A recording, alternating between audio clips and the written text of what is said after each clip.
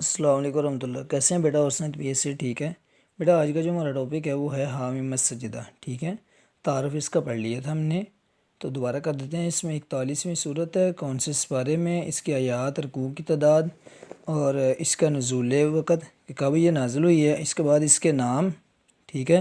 نام کی وجہ تسمیہ، ٹھیک ہے، بات سمجھ آ گئی، اور اس کی فضیلت، یہ 4-5 چیزیں بیٹا اس کے تعارف میں آ گئی۔ اس کے بعد مرکزی موضوع، مرکزی موضوع میں اس کے جو پہلا شارٹ کویسچن میں بنتا ہے قرآن مجید کی فضیلت، ٹھیک ہے؟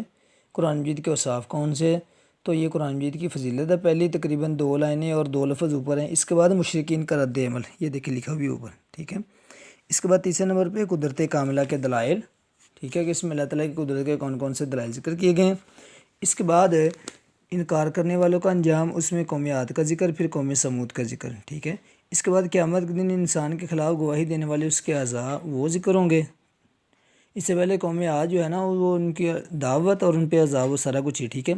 اس کے بعد ہے کفار کا رد عمل، ٹھیک ہے، کہ جب دعوت قرآن کو سننے سے منع کیا اور اس پر کیا رد عمل تھا، پھر اہل ایمان کا کیا تھا، ٹھیک ہے؟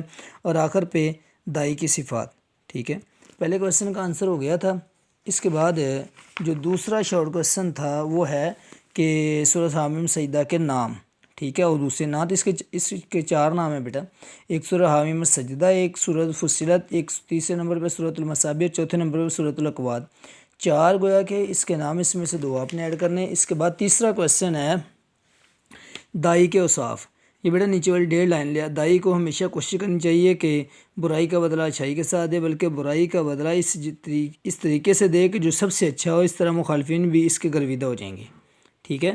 اس کے بعد بیٹا چوتھا کویسچن ہے کہ قیامت کے انسان کے خلاف گواہی دینے والے کون کون ہیں، تو ان کے جسم کے اجزاء جو ہیں نا، وہ ان کے آنکھ، کان، ناک، یہ سارے اس کے خلاف گواہی دیں گے۔ تو یہ جو ہے نا قیامت کے دن سے لے کر آخر تک بیٹا انہیں معافی نہیں ملے گی، ٹھیک ہو گیا بیٹا؟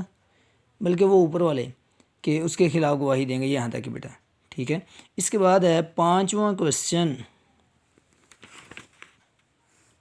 کہ اس کا مرکزی موضوع، تو مرکزی موضوع میں بیٹا اس کے یہ آئے گا کہ توحید کا اسباب، شرک کی تردید اور قرآن مجید کی حقانیت، یہ وہ، ٹھیک ہے؟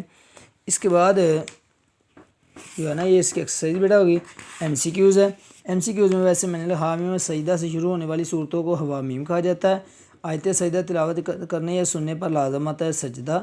حامیم سجدہ مشرکین کے مطالبہ کا ذکر کیا، کون سا مطالبہ کیا؟ تو عذاب کا نازل ہونا بیٹا، ٹھیک ہے؟ قوم عاد پر نازل ہونے والے عذاب کی نوعیت، آندھی، طوفان، مشرکین کو آنکھ، کان اور کھال کے بارے میں باخبر کیا، یہ اذان کے خلاف گواہی دیں گے، ٹھیک ہے؟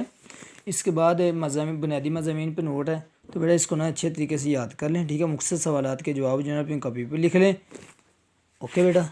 باقی انشاءاللہ کریں کل۔